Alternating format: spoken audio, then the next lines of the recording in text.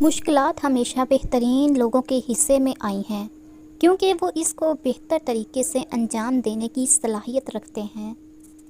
جہاں عزت، سچائی اور خلوص نظر آئے وہاں دوستی کا ہاتھ بڑھاؤ، ورنہ تمہاری تنہائی تمہارے بہترین ساتھی ہے۔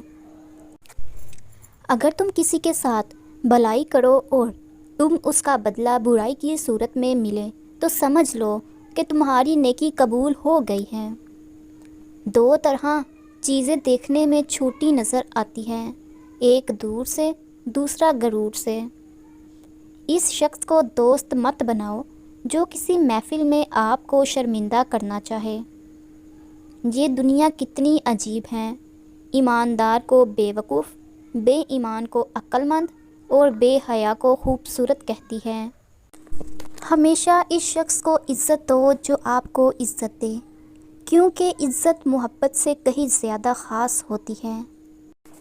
جو تمہارا غصہ برداشت کر لے اور ثابت قدم رہے وہ تمہارا سچا دوست ہے۔